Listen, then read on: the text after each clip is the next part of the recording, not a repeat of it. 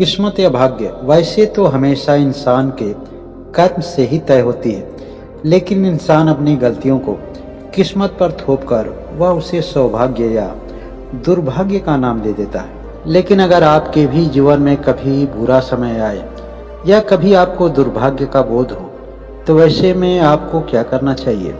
इसका केवल एक ही उत्तर होगा, धैर्य और धीरज। संकट की घड़ी में आदमी को धैर्य और धीरज के साथ निरंतर प्रयास करते रहना चाहिए।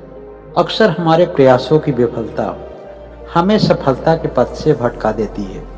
हम जीवन में कभी भी हार से नहीं हारते, बल्कि हार के भय से हार जाते हैं। विकट परिस्थितियों में हमारे अंदर नकारात्मक सोच की वृद्धि होने लगती है और यही हमारी हार और पराजय का कारण होती है। इस धरती पर पैदा होने वाले कोई ऐसा प्राणी नहीं है जिसके जीवन में कोई परेशानी ना हो। जो परेशानियों को पार कर जाता है वह सौभाग्यशाली समझता है, और जो परेशानियों के भय से हार जाता है वह दुर्भाग्यशाली समझता है। एक नौजवान लड़का अपने जीवन में बड़ा ही परेशान रहता है। वह हर तरफ काम की तलाश में भटकता रहता है, लेकिन उसे कहीं भी काम नहीं मिलता है। जिसके पास भी वह काम के लिए जाता है, लोग उसे काम देने से मना कर देते हैं। एक दिन वह अपने जीवन से हताश और निराश होकर के जंगल में एकांत जगह पर जाकर अपने जीवन के बारे में मंथन करता है।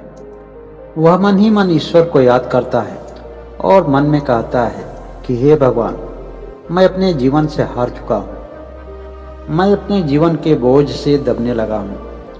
धीरे धीरे मेरे अंदर जीने की लालसा भी खत्म होने लगी है। अगर मुझे रास्ता नहीं नजर आया तो मैं अपने जीवन के अस्तित्व को मिटा देना ही ज़्यादा बेहतर समझता हूँ। उसके मस्तिष्क में अनेक विचारों का आक्रमण हो रहा था। तभी उसके करीब से होकर एक सन्यासी गुजर रहे थे। वह उस नौजवान को निराश देखकर सन्यासी उसके पास आते हैं।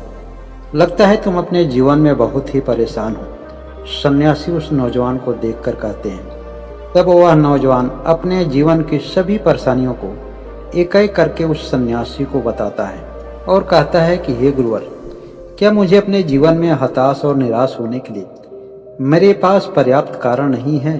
सन्यासी कहते हैं कि इस प्रश्न का उत्तर जानने के लिए तुम्हें मेरे साथ चलना होगा, और वह सन्यासी के साथ पीछे पीछे चल देता है।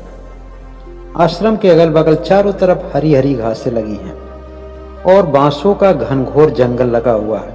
सन्यासी उस युवक से कहते हैं कि इस घनी घास और बांस के जंगल को ध्यान से देखो। जब मैं इस स्थान पर वास करने के लिए आया था तो यह स्थान बिल्कुल रेगिस्तान के जैसा था। मेरे दिमाग में एक बात आई कि क्यों नहीं इस स्थान को प्राकृतिक रूप से और सुंदर बनाया जाए। यही सोचकर मैंने घास और बांस के बीजों को एक साथ बोया। घास बहुत जल्दी जल्दी बड़ी होने लगी और इसने धरती को थोड़े ही समय में हरा भरा कर दिया। लेकिन बांस का बीज बड़ा नहीं हो रहा था। यह देख मैंने हिम्मत नहीं हारी। दूसरे वर्ष यह घास और भी घनी हो गई, उस पर झाड़ियां लगने लगी, लेकिन बांस के बीज में कोई विकास नहीं हो रहा था। 5वें वर्ष भी सेम स्थिति बनी रही, मानो बांस का बीज ही जल चुका हो। लेकिन इस बांस के प्रति मेरे मन में कभी निराशा नहीं आई। मैंने घास और बांस के बीज पर बराबर समय दिया और बराबर सेवा की। दोनों को जो ऊर्जा देना चाहिए हमने बराबर दिया। 5 साल बाद उस बांस के बीज में एक छोटा सा पौधा अंकुरित हुआ। घास की तुलना में यह अंकुरण बहुत ही छोटा और कमजोर था, लेकिन केवल 6 महीने बाद यह छोटा सा पौधा 100 फीट लंबा हो गया। मैंने बांस की जड़ को इतना बड़ा करने के लिए 5 साल का समय लगाया।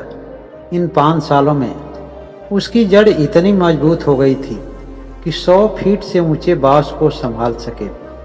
जब भी आपके जीवन में कोई बड़ा संघर्ष करना पड़े और आपको सफलता नहीं नजर आ रही हो, तो उस वक्त केवल इतना ही समझना कि आपकी जड़ें मजबूत हो रही है, और जड़ें जितनी मजबूत होगी उस दिन सफलता उतनी ही ऊंची दिखेगी, उन बांस की पौधों की तरह। जीवन में कभी भी संघर्ष करना पड़े, कभी भी विपत्ति या परेशानी आई, तो उससे कभी घबराना नहीं चाहिए। निरंतर सकारात्मक भाव से प्रयास करना चाहिए। जितनी ऊंची सफलता हो उतनी बड़ी परेशानी का होना जीवन में बहुत ही अनिवार्य है।